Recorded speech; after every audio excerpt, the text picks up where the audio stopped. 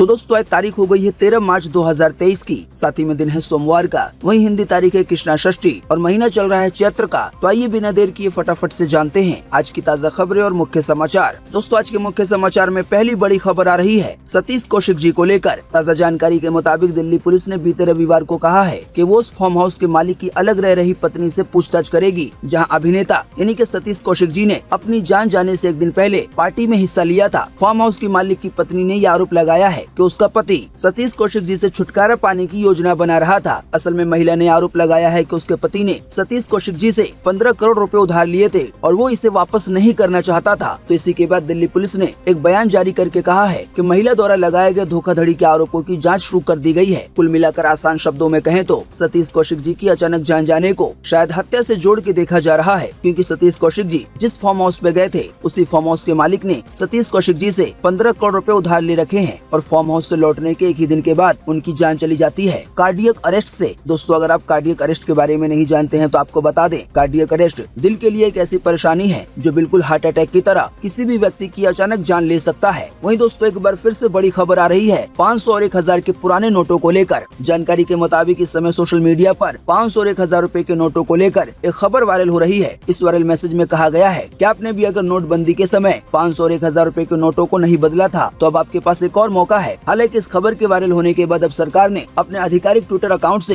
इस मैसेज से जुड़ी सच्चाई शेयर की है। ये आदेश फर्जी है। दोस्तों आपको बता दें, पीआईबी फैक्ट चेक भारत सरकार का एक ऐसा डिपार्टमेंट है जो इस तरह की खबरों को जांच करता है जो सोशल मीडिया पे वायरल होते हैं और उसके बारे में बताता है कि वायरल हो रही खबर सच्ची है या फिर झूठी है। तो इसी पीआईबी ने अपने फैक्ट चेक में इन दावों को फर्जी बताते हुए कहा है कि ऐसा कोई आदेश आरबीआई द्वारा जारी नहीं किया गया है। वहीं दोस्तों अगली बड़ी खबर आ रही है चाइनीज सीसीटीवी कैमरे को लेकर, जिसको अमेरिका समेत कई देशों में बैन कर दिया गया है और अब इसे बैन करने की मांग अपने भारत में भी उठ रही है। जी हां, भारत में बड़े पैमाने पर चाइनीज सीसीटीवी कैमरों का इस्तेमाल होता है। हालांकि अब इन सीसीटीवी पर भारत में बैन लगाने की मांग की जा रही है। Confederation all of India traders यानी कि कैट ने केंद्रीय इलेक्ट्रॉनिक्स और आईटी मंत्रालय अश्विनी वैष्णव को पत्र भेजकर चीनी सीसीटीवी सिस्टम को राष्ट्र की सुरक्षा के लिए एक संभावना के तौर पर खतरा बताते हुए इसके उपयोग पर देश भर में प्रतिबंध लगाने का अनुरोध किया है। कैट का कहना है कि जो चीनी सीसीटीवी कैमरे होते हैं और इससे जुड़ा जो सिस्टम होता है वो देश के अंदर के किसी भी डाटा को देश से बाहर भेजने में सक्षम है। साथ ही आगे कहा गया कि पहले जिस तरह सरकार ने चीनी ऐप्स पे बैन लगाया था तो बिल्कुल उसी तरह देश में चीनी सीसीटीवी को भी बंद कर देना चाहिए। अब दोस्तों आने वाले दिनों में ये देखना बड़ा ही महत्वपूर्ण रहेगा कि आईटी मंत्रालय इस बारे में क्या फैसला लेता है, क्योंकि जैसा कि अभी आपने जाना जो चाइनीज सीसीटीवी कैमरे हैं वो अमेरिका समेत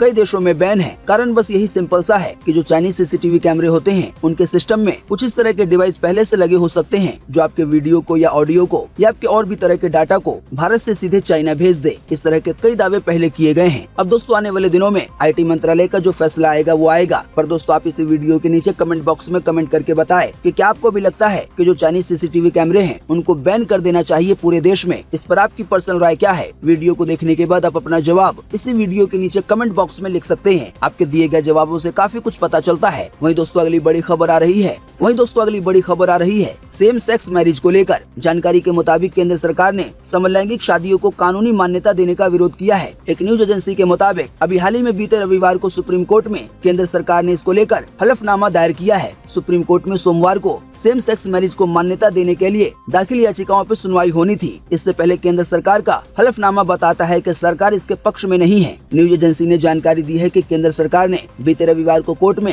56 पेजों का हलफनामा दाखिल किया। इसमें कहा गया है कि सेम सेक्स मैरिज भारतीय परंपरा के मुताबिक नहीं है। साथ ही ये भी कहा गया है कि ये पति पत्नी और उनसे पैदा हुए बच्चों के कॉन्सेप्ट से मेल नहीं खाता है। दोस्तों कुल मिलाकर आसान शब्दों में कहें तो देश के सबसे बड़े कोर्ट में कई ऐसी याचिकाएं दायर की गई थी जिसका केवल एक ही मकसद था कि जो सेम जेंडर की शादी होती है यानी कि मेल से मेल की शादी या फिर फीमेल से फीमेल की शादी, तो इस शादी को भी मान्यता दी जाए। तो जब ये पूरा मामला देश के सबसे बड़े कोर्ट में पहुंचा तो कोर्ट ने केंद्र सरकार से इस पे जवाब मांगा कि आप इस पे क्या कहते हैं। तो केंद्र सरकार ने इसका विरोध किया है और इस शादियों को जिसको समलैंगिक शादी कहा जाता है इसको मान्यता देने का विरोध किया है। जैसा कि अभी आपने जाना केंद्र सरकार का ये कहना है कि समलैंगिक शादी भारतीय परंपरा के मुताबिक नहीं है। साथ ही में केंद्र सरकार ने ये भी कहा कि शादी का ये मतलब होता है कि पति पत्नी साथ रहें और उनसे जो बच्चा पैदा होता है उससे खानदान आगे बढ़ता है। हालांकि समलैंगिक शादी इस कॉन्सेप्ट से मेल नहीं खाता है। बाकी दोस्तों आप भी इसी वीडियो के नीचे कमेंट बॉक्स में कमेंट करके बताएं कि क्या इस तरह की शादियों को मान्यता दी जानी चाहिए या नहीं, यानी कि कानूनी मान्यता। वहीं दोस्तों अगली बड़ी खबर आ रही है WFI अध्यक्ष को लेकर। जी हां, भारतीय कुश्ती संघ यानी कि WFI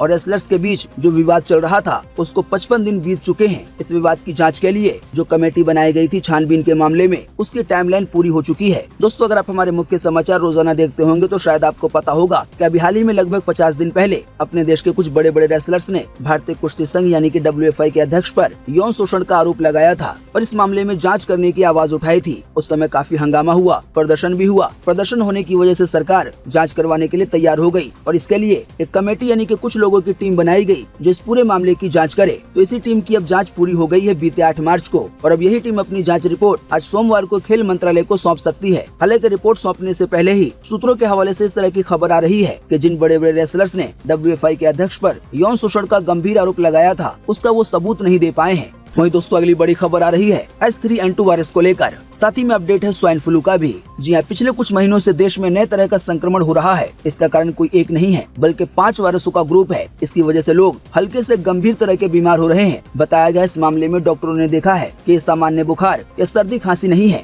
साथ ही ये कोरोना से भी अलग है। आधिकारिक आंकड़े बताते हैं कि इसके पीछे की वजह ये वायरस है। कोरोना महामारी के अलावा swine flu, H1N1, H3N2, Victoria lineage, Yamagata lineage, influenza B जैसे वायरल हवा में है। तो इन्हीं में से किसी एक की वजह से लोगों में संक्रमण फैल रहा है। ICMR के आंकड़ों के मुताबिक 5 से 11 मार्च के बीच H3N2 वायरस के 37 मामले सामने आए, जबकि कोरोना के सिर्फ 8 केस मिले हैं। इसके अलावा स्वाइन फ्लू के मामले भी बढ़ रहे हैं। कुल मिलाकर आसान शब्दों में कहें तो जो H3N2 वायरस है, जिसे H3N2 इन्फ्लुएंजा भी कहा जाता है, वो कभी कभी कहीं कहीं पर कोरोना वायरस से भी ज्यादा तेजी से फैल रहा है। अब दोस्तों, इसी के साथ एक और बड़ी परेशानी ये आ रही है कि कोरोना और H3N2 वायरस के साथ साथ स्वाइन फ्लू के मामले भी बढ़ना शुरू हो गए हैं। बताया गया स्वाइन फ्लू लोगों में सांस लेने की परेशानी को बढ़ा रहा है। दोस्तों, इसी बीच H3N2 वायरस को लेकर एक और बड़ी खबर आ रही है जिसमें ये बताया गया है कि इंडियन मेडिकल एसोसिएशन यानी कि IMA के मुताबिक इस वायरस से यानी कि H3N2 वायरस से आमतौर पर 15 साल से कम और 50 साल से ज्यादा उम्र के लोग बीमार पड़ रहे हैं। साथ ही बताया गया H3N2 virus asthma, liver, heart और डायबिटीज पेशेंट के लिए ज्यादा खतरनाक है, यानी कि बच्चे, बूढ़े और जो गंभीर बीमारी से जूझ रहे हैं उन लोगों के लिए। दोस्तों, हम आपको कई बार अपने पिछले मुख्य समाचारों में बता चुके हैं कि H3N2 वायरस के जो लक्षण है वो लगभग कोरोना की तरह है और जो इससे बचने के उपाय हैं वो भी लगभग कोरोना की तरह है।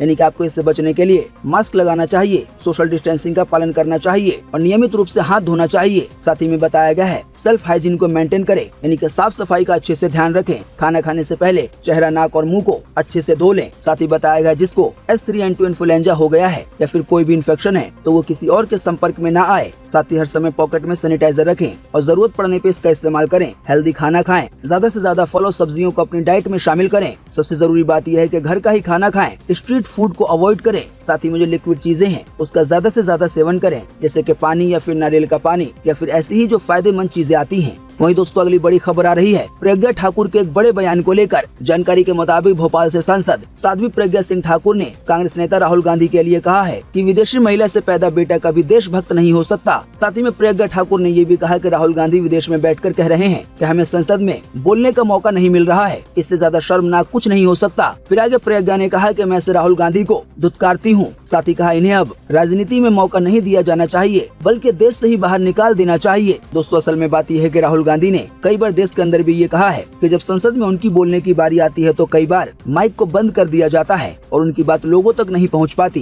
तो अब हाल ही में कुछ दिन पहले उन्होंने यही बात विदेश में की। कुल मिलाकर कहें तो राहुल गांधी द्वारा विदेश में इस बात का जिक्र करने पर कि उन्हें संसद में बोलने नहीं दिया जाता है और जब वो बोलते हैं तो उनके माइक को बंद कर दिया जाता है। तो यही वो बातें हैं जिन पे प्रज्ञा ठाकुर भड़की हैं। साथ ही में कई और नेता हैं जिस बात को लेकर राहुल गांधी को निशाना बना रहे हैं। बाकी दोस्तों, आप भी इसी वीडियो के नीचे कमेंट बॉक्स में कमेंट करके बताएं कि राहुल गांधी ने ये कैसा काम किया है, इस पर आपकी पर्सनल राय क्या है। वीडियो को पूरा देखने के बाद आप अपना जवाब इसी वीडियो के नीचे कमेंट बॉक्स में लिख सकते हैं। वहीं दोस्तों, अगली बड़ी खबर आ रही है धधकती गर्मी को लेकर। जानकारी के मुताबिक दिल्ली में इस साल गर्मी कैसी पड़ेगी इसका ट्रेलर मार्च में ही दिखना शुरू हो गया है। बताया गया मार्च के दूसरे सप्ताह में बीते रविवार को सीजन का सबसे गर्म दिन रिकॉर्ड किया गया है, यानी कि जो बीते रविवार का दिन बीता है वो इस सीजन का अब तक का सबसे गर्म दिन माना गया है। अब देश की राजधानी दिल्ली में बीते रविवार को अधिकतम तापमान 34.1 डिग्री सेल्सियस दर्ज किया गया, जो इस मौसम के यानी कि मार्च के महीने के हिसाब से 5 डिग्री ज्यादा है। तो दोस्तों, मार्च के महीने में ही इतनी ज्यादा गर्मी पड़ने की वजह से अब कई लोग ये सवाल करते हुए परेशान हो रहे हैं कि जब अभी ये हाल है तो मई के महीने में आखिर क्या होगा। बाकी दोस्तों, आइए आपको लगे हाथों बताते हैं कि 13 मार्च 2023 को देश भर में कैसा रहेगा मौसम का हाल, खास करके बारिश को लेकर। तो मौसम विभाग के अनुसार अगले 24 घंटे के दौरान झारखंड में, उड़ीसा में, पश्चिम बंगाल में, दक्षिण तमिलनाडु में हल्की बारिश की संभावना है। बाकी इसके अलावा पश्चिमी हिमालय में 13 मार्च से बारिश और बढ़ जाएगी। क्योंकि यहाँ पे हल्की बारिश पहले से ही हो रही है। तो दोस्तों अभी हमने आपको जिन भी शहरों या जिन भी राज्यों के नाम बताए हैं बारिश को लेकर, उनको छोड़कर आज पूरे देश में मौसम सूखा बने रहने की संभावना है। वहीं दोस्तों अगली बड़ी खबर आ रही है श्रीलंका को लेकर। ताज़ा जानकारी के मुताबिक भारत की मदद से आर्थिक तंगहाली से जूझ रहे श्रीलंका में 40 लाख बच्चों को किताबें मिल पाएंगी। इसकी जानकारी खुद भारतीय हाई कमीशन ने दी है। दरअसल पिछले साल मार्च में इकोनॉमिक क्राइसिस से गुजर रहे श्रीलंका को भारत ने 8,196 करोड़ रुपए की क्रेडिट फैसिलिटी दी थी, यानी कि लोन, या आसान शब्दों में समझने के लिए कह लें कर्ज। असल में ये लोन इसलिए दिया गया था ताकि वहाँ जरूरी सामान की सप्लाई जारी रह सके। तो अब बताया गया इसी लोन के पैसों में से 8 करोड़ रुपए का इस्तेमाल करते हुए श्रीलंका भारत से प्रिंटिंग पेपर और उससे जुड़ा मटेरियल खरीदेगा, जिससे वहाँ के बच्चों की किताबें छपेंगी। दोस्तों आप नहीं जानते हैं तो आपको बता दें, रिपोर्ट्स के मुताबिक भारत ने अब तक श्रीलंका को 32,000 करोड़ रुपए का लोन दिया है। बताया गया इन पैसों को जरूरी सामान, पेट्रोल, फर्टिलाइजर्स, रेलवे और एनर्जी से जुड़े कामों में खर्च किया गया है। वहीं दोस्तों अगली बड़ी खबर आ रही है सऊदी अरब के कई ऐलान को लेकर। जानकारी के मुताबिक इबादत का पाक महीना यानी कि रमजान आने वाले 22 या 23 मार्च से शुरू हो जाएगा। हालांकि इसी बीच रमजान से पहले सऊदी अरब सरकार की इस्लामिक मिनिस्ट्री ने एक गाइडलाइन जारी की है। इसमें रमजान के दौरान लाउड स्पीकर के जरिए नमाज पढ़ने और मस्जिदों में इफ्तार की दावत करने पर रोक लगा दी गई है। सऊदी अरब की इस्लामिक मिनिस्ट्री ने रमजान पे पाबंदियों से जुड़े 10 निर्देश जारी किए हैं। इसमें रमजान के दौरान दावतों के लिए चंदा मांगने पर भी रोक लगाई गई है। वहीं मस्जिदों में रमजान के पूरे महीने इमाम मौजूद रहेंगे, बहुत ज्यादा जरूरी होने पर ही वो छुट्टी ले सकते हैं। वहीं बच्चों के मस्जिद में नमाज पढ़ने पर रमजान के महीने में रोक लगाई गई है। वहीं एहतिकाफ में बैठने के लिए पहले परमिशन लेनी होगी। वहीं दोस्तों अगली बड़ी खबर आ रही है कर्नाटक में कन्नड़ बोलने को लेकर। दोस्तों भाषा के आधार पर अक्सर सोशल मीडिया पर दो गुट टकराते हुए दिख जाते हैं। भाषा पर हुए टकराव का एक ऐसा ही वीडियो अब ट्विटर पे वायरल हो रहा है। वायरल वीडियो में एक ऑटो रिक्शा चालक और यात्रियों को भाषा को लेकर बहस करते हुए देखा जा सकता है। इस वीडियो में ड्राइवर यात्रियों को कन्नड़ बोलने के लिए कहता है। इसी बीच यात्रियों को कहते हुए सुना जा सकता है कि वो कन्नड़ नहीं बोलेंगे। असल में ऑटो रिक्शा में जो यात्री बैठे हुए होते हैं वो हिंदी में बात कर रहे होते हैं, लेकिन जो कर्नाटक का ऑटो रिक्शा वाला है वो जबरदस्ती कन्नड़ यानी कि कर्नाटक की भाषा बोलने के लिए कहता है। वहीं दोस्तों अगली बड़ी खबर आ रही है ओवैसी के कई बड़े बयानों को लेकर। जानकारी के मुताबिक ऑल इंडिया मजलिस इत्तेहादुल मुस्लिमीन यानी कि AIMIM के राष्ट्रीय अध्यक्ष असदुद्दीन ओवैसी ने कहा है कि पीएम मोदी के 9 साल के कार्यकाल में सबसे ज्यादा आतंक फैला है। साथ ही में ओवैसी ने सीएम अशोक गहलोत से सवाल पूछा कि जितेंद्र मेघवाल, कन्हैयालाल, जुनैद और नासिर सभी में एक ही तरह की जान थी, इनकी कीमत अलग अलग नहीं हो सकती। पर कन्हैयालाल के परिवार को 50 लाख रुपए दिए गए, ऐसे में बाकी तीनों को भी 50 लाख रुपए दिए जाने चाहिए थे, लेकिन इन्हें केवल 15 लाख रुपए दिए गए। तो आखिर ऐसा क्यों? दोस्तों आपको बता दें, जितेंद्र मेघवाल, कन्हैयालाल, जुनैद और नासिर ये वही नाम है जो धार्मिक मामले में बदले की आग में अपनी जान को गवा बैठे हैं। दोस्तों शायद आपको याद होगा कि कन्हैयालाल वही टेलर हैं जिन पे 2 मुस्लिम युवकों ने तलवार से हमला करके उनकी जान ले ली थी। बाकी जुनैद और नासिर ये वो 2 मुस्लिम युवक हैं जिनको गाय के मांस की तस्करी करने के शक में बोलेरो कार समेत जिंदा जला दिया गया। तो जो जुनैद और नासिर हैं, इसके अलावा जो इक्का दुक्का और हैं, उनको केवल सरकार की ओर से 15 लाख रुपए दिए गए हैं, पर वहीं कन्हैयालाल के परिवार वालों को 50 लाख रुपए दिए गए हैं। इसी की वजह से असदुद्दीन ओवैसी ने ये सवाल उठाया है कि सभी की जान एक ही तरह की होती है तो इनकी कीमत अलग अलग कैसे हो सकती है। बाकी दोस्तों अगर आपको इस पूरे मामले पे कुछ कहना है तो आप अपनी बात को इसी वीडियो के नीचे कमेंट बॉक्स में लिख सकते हैं। वहीं दोस्तों अगली बड़ी खबर आ रही है मील ऑन व्हील को लेकर। दोस्तों अब बसों में भी रेलवे की तर्ज पर यात्रियों को खाना और नाश्ता मिल सकेगा। इसके लिए बसों में सवार यात्रियों को ऑनलाइन ऑर्डर करना होगा। साथ ही मोबाइल नंबर के साथ साथ टिकट का भी नंबर अंकित करना होगा, जिसके बाद अगले स्टॉपेज पर उन्हें मन चाहे मेन्यू वाला स्वादिष्ट भोजन मिल सकेगा। बताया गया है इसके लिए परिवहन निगम के अधिकारियों ने प्रस्ताव तैयार करके मुख्यालय को भेज दिया है। आसान शब्दों में कहें तो आने वाले दिनों में जैसे ही इस प्रस्ताव को मंजूरी मिल जाएगी तो बस द्वारा जो भी लंबी दूरी की यात्रा की जाती है उनमें ये सुविधा मिल सकेगी कि आप रेलवे की तर्ज पर बस के अंदर सफर करते हुए ही ऑनलाइन खाना ऑर्डर कर सकेंगे और ये खाना आपको अगले स्टॉपेज पे मिल जाएगा। अब दोस्तों खाने की बात चली है तो इसी बीच प्याज काटने को लेकर एक महत्वपूर्ण जानकारी सामने आ रही है जो आने वाले दिनों में आपके या किसी के भी काम आ सकती है। दोस्तों जैसा कि आप जानते हैं प्याज लगभग सभी खानों के लिए बड़ा ही महत्वपूर्ण इंग्रेडिएंट है, पर दोस्तों प्याज के साथ सबसे बड़ी परेशानी ये है कि इसको काटते समय ये आँखों में बहुत ज्यादा लगता है और इसकी वजह से आँख से आंसू निकलते हैं। पर दोस्तों इसी बीच मास्टर शेफ पंकज भदौरिया ने 2 ऐसे नुस्खे बताए हैं जिसका इस्तेमाल करने की वजह से प्याज काटते समय आँखों से आंसू नहीं निकलेंगे। पहला नुस्खा ये है कि प्याज को छीलकर उसके 2 टुकड़े करके उसको 5 मिनट के लिए पानी में डाल दें,